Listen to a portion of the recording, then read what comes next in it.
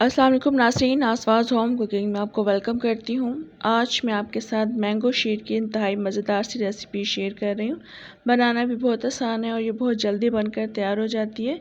दावत special recipe आपके साथ शेयर कर रही हूँ, तो रेसिपी को स्किप मत कीजिएगा, एंड तक देखिएगा। अगर आप मेरे चैनल पर नए हैं तो सब्सक्राइब भी ज़रूर कर दीजिएगा। तो चलिए मज़ेदार सी मैंगो शीर बनाना शुरू करते हैं। सबसे पहले एक पैन में हम दूध शामिल कर देंगे। ये 1 लीटर दूध है जो कि पहले से बॉइल्ड मिल्क है और ठंडा दूध है। फुल फैट मिल्क में इस्तेमाल कर रही हूँ। दूध को इस वक्त बस सिर्फ गर्म करना है हमने। जब ये गर्म हो जाएगा तो उसके बाद हम बाकी की चीज़ें इसमें शामिल करेंगे। और अभी आप देख सकते हैं दूध इस वक्त गर्म हो चुका है, ये देख सकते हैं आप। बस इस वक्त जब ये गर्म हो जाएगा तो इसमें हम चीनी शामिल कर देंगे। मैं 6 टेबल स्पून चीनी इसमें शामिल कर रही हूँ। अगर आपको ज़्यादा मीठा पसंद है तो आप ज़्यादा भी ऐड कर सकते हैं। चीनी को हम मिक्स कर लेंगे, इसको हम डिज़ोल्व कर लेंगे। चीनी को चम्मच चलाते रहेंगे। और इस वक्त आप देख सकते हैं चीनी इसमें काफ़ी अच्छे से घुल चुकी है। तो बस जब चीनी अच्छे से घुल जाएगी तो उसके बाद हम इसमें क्रीम शामिल कर देंगे। ये इसी दूध की मलाई है जो मैं इसमें ऐड कर रही हूँ। बहुत ही क्रीमी और मज़ेदार सा ये डिज़र्ट बनकर तैयार होगा। मैंने यहाँ पर चूँकि फुल फैट मिल्क यूज़ किया है, यानी रेगुलर दूध यूज़ किया है। आप पैकेट का दूध भी यूज़ कर सकते हैं और इसके साथ आप टेट्रा पैक की क्रीम भी इस्तेमाल कर सकते हैं। तो बस क्रीम शामिल करने के बाद मिक्स कर लेंगे। उसके बाद मैं इसमें 2 पिंचेस के बराबर येलो फूड कलर ऐड कर दूँगी। इसको डालकर हम मिक्स करेंगे।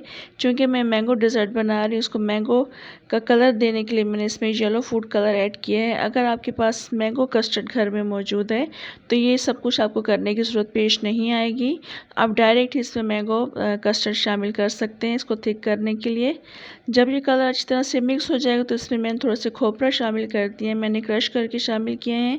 थोड़ा से बादाम भी इसमें क्रश करके शामिल कर देंगे। आप अपनी मर्ज़ी का कोई सा भी ड्राई फ्रूट ऐड कर लीजिएगा।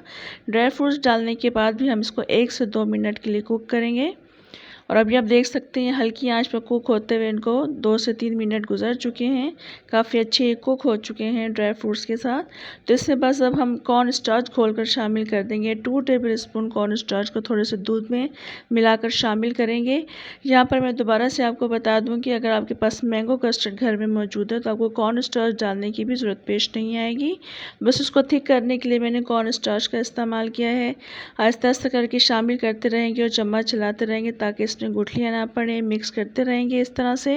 और आप देख सकते हैं कस्टर्ड शामिल करने के बाद या कॉर्न स्टार्च शामिल करने के बाद इसको कुक करना होता है। 1 से 2 मिनट के लिए मज़ीद हम इसको कुक कर लेंगे। और अभी आप देख सकते हैं काफ़ी अच्छा ये कुक हो चुका है। तो उसके बाद फ्लेम ऑफ़ कर देंगे। फ्लेम ऑफ़ करने के बाद इसमें हम सेवइयाँ शामिल कर देंगे। 3 से 4 टेबल स्पून सेवइयों को तोड़कर शामिल करेंगे। सेवइयाँ चूँकि बहुत ज़्यादा बारीक होती हैं, बहुत ज़्यादा जल्दी गल जाती हैं, तो चूल्हा जलाने की इसमें ज़रूरत पेश नहीं आएगी। फ्लेम ऑफ़ करने के बाद इसको शामिल कर लीजिएगा। और इस कस्टर्ड को हमने अब कम्प्लीटली ठंडा कर लेना है। और इस वक्त ये कस्टर्ड कम्प्लीटली ठंडा हो चुका है। और आप देख लें ठंडा होने के बाद भी मज़ीद थिक हो गया क्योंकि हमने इसमें सेवइयाँ शामिल की थी। तो बस इस तरह से जब ये ठंडा हो जाएगा तो इसमें हम मैंगो पल्प शामिल कर देंगे। मैं चौसा आम इस्तेमाल कर रही हूँ और आपको पता है चौसा आम काफ़ी ज़्यादा मीठा होता है। तो आप स्टार्टिंग में शुगर को देख कर इस्तेमाल कीजिएगा। काफ़ी ज़्यादा अगर आपको मीठा पसंद है तो आप उस हिसाब से एडजस्ट कर लीजिएगा, लेकिन ये मेरे हिसाब से बिल्कुल परफेक्ट मीठा था। तो 1 आम का पल्प मैंने इसमें शामिल कर दिया है। इसको अच्छी तरह से हम मिक्स कर लेंगे कस्टर्ड के साथ। मैंगो पल्प शामिल करने के बाद इसमें मैंगो चंक्स शामिल कर देंगे। चौसा आम मैं इस्तेमाल कर रही हूँ, पूरे मैंने रेसिपी में चौसा आम इस्तेमाल किया है। इसके चंक्स हम इसमें शामिल कर देंगे, मिक्स कर देंगे इसको भी अच्छी तरह से। और जहाँ मैं आपको एक बात और भी बता देती हूँ, जिस वक्त हम इसमें मैंगो पल्प या मैंगो चंक्स शामिल करेंगे तो कस्टर्ड की जो भी थिकनेस होगी वो पतली हो जाती है। तो ख्याल रखिएगा इसकी स्टार्टिंग में आप थिकनेस सही से रखिएगा। उसके बाद चंक्स या पल्प शामिल करने के बाद ये मज़ीद पतला हो जाता है। और आपको पता है कि शीट थोड़ी सी चूँकि पतली होती है तो मैंने देख कर इसमें थोड़ी सी थिकनेस एडजस्ट की थी। और अभी आप देख लें मैं इसको पोर कर रही हूँ सर्विंग डिश में। तो ये पतली है जो कि बिल्कुल परफेक्ट मैंगो शीट बनकर तैयार हुई थी। तो बस तमाम जो मैंने कस्टर्ड बनाया था, मैंगो शीट बनाई थी, वो इस सर्विंग डिश में हम पोर कर देंगे।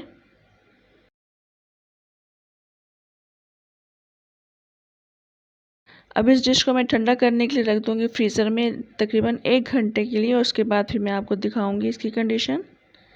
और अभी इसको मैंने फ्रीज़र से निकाल लिया है। काफ़ी अच्छी ये चिल्ड हो गई है, बहुत ज़्यादा मज़ेदार लग रही थी। इसको थोड़ा सा मैंने बादाम के साथ गार्निश किया था और थोड़ा सा इसमें मैंने मैंगो चंक्स भी ऐड कर दिए थे। बहुत ही मज़ेदार सी और टेस्टी मैंगो शीर की रेसिपी मैंने आपके साथ शेयर की है। रेसिपी को ट्राई ज़रूर कीजिएगा, फीडबैक भी ज़रूर दीजिएगा, कॉमेंट से बताइएगा रेसिपी कैसी लगी। और अगर आप मेरे चैनल पर नए हैं तो मेरे चैनल को सब्सक्राइब भी ज़रूर कर लीजिएगा। इंशाल्लाह नेक्स्ट मज़ेदार सी रेसिपी के साथ दोबारा आऊँगी। तब तक के लिए इजाज़त दें। अल्लाह हाफ़िज़। अस्सलाम वालेकुम नाज़रीन, आसपास होम कुकिंग में आपको वेलकम करती हूँ। आज मैं आपके साथ quick, easy and tasty coffee dessert की रेसिपी शेयर कर रही हूँ। बहुत ही आसान है इसको बनाना और बहुत ज़्यादा जल्दी ये बनकर तैयार हो जाती है और यकीन जाने ये बहुत ज़्यादा टेस्टी भी बनती है। किसी भी वक्त इसको दावत में बना सकते हैं, मेहमानों को बनाकर सर्व कर सकते हैं, ख़ुद अपने लिए बना सकते हैं, एंजॉय कर सकते हैं। तो रेसिपी को स्किप मत कीजिएगा, एंड तक देखिएगा। चैनल पर नए हैं तो चैनल को सब्सक्राइब भी ज़रूर कर दीजिएगा। तो चलिए मज़ेदार सा क्विक कॉफ़ी डेज़र्ट बनाना शुरू करते हैं।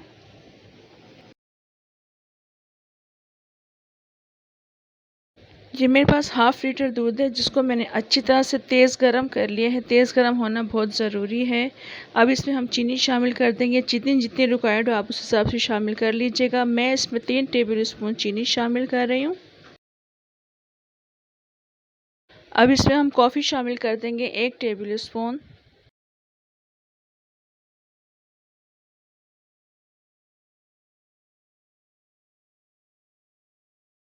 अब बस इसको हमने हल कर लेना है। चीनी को अच्छी तरह से हम इसमें डिज़ोल्व कर लेंगे, लेकिन ये ख्याल रखिएगा दूध को ठंडा नहीं होना चाहिए।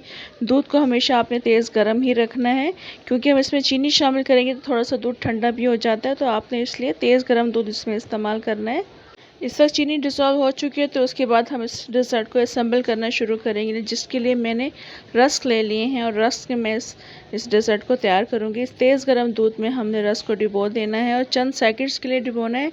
मैंने इसलिए इसको तेज़ गर्म किया था क्योंकि जब रस्क होते हैं बहुत ज़्यादा जल्दी एब्जॉर्ब कर लेते हैं दूध को, तो उसको फ़ौरन से हम डालकर चंद सेकंड्स के लिए फिर निकाल लेंगे। इस तरह से डिश में हम लगा देंगे। अभी जो बाकी के रस बच गए हैं इनको भी इस तरह से हम दूध में डिबो देंगे और दूध में डिबोने के बाद इस तरह से चंद सेकंड्स के बाद ही हम इसको डिश में लगाते रहेंगे। तमाम इस तरह से रस डिबोने के बाद हम इस डिश को असेंबल कर लेंगे।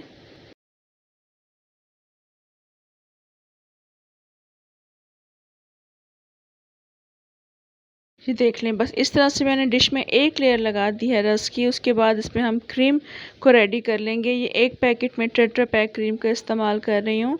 आप चाहें तो इसमें घर की मलाई भी इस्तेमाल कर सकते हैं। इसके बाद इसमें आधे कप के बराबर व्हिपिंग क्रीम ऐड कर देंगे। ये जो मैं व्हिपिंग क्रीम यूज़ करती हूँ ये मीठी होती है, इसलिए मैं इसमें चीनी शामिल नहीं कर रही हूँ। 1 टेबलस्पून के बराबर कोको पाउडर इस्तेमाल करेंगे। इन तीनों चीज़ों को डालकर हम अच्छी तरह से मिक्स कर लेंगे। आप चाहे तो हैंड बीटर का भी इस्तेमाल कर सकते हैं, मगर मैंने इसको इलेक्ट्रिक बीटर से बीट कर लिया था। और ये प्रोसेस अगर आप पहले करके रख लेंगे तो ज़्यादा बेहतर होगा। मैंने दरमियान में ये प्रोसेस किया था।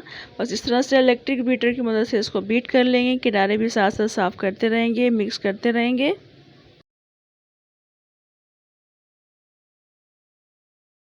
क्रीम इस वक्त बहुत अच्छे से बीट हो चुकी है, तो अब हम इसको इस डेज़र्ट पर अप्लाई करेंगे जो हमने पहले से असेंबल करके रख लिया था। इसके ऊपर हम डाल देंगे एक लेयर, हम इस क्रीम की लगा देंगे और क्रीम की लेयर लगाने के बाद इसको फिर हम इवन कर देंगे।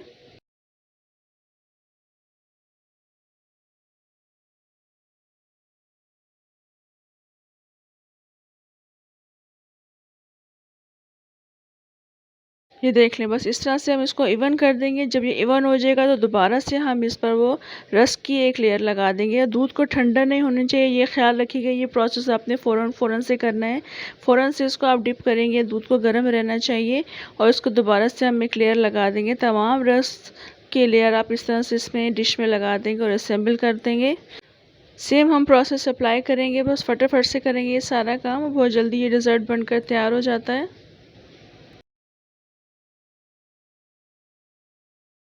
अब हम इसकी टॉप पर भी वही क्रीम अप्लाई करेंगे। सब तरफ हम फैला देंगे। जितनी भी क्रीम बच गई है सब तरफ हम इसको अच्छी तरह से फैला देंगे। तमाम की तमाम इस पर पोर कर देंगे।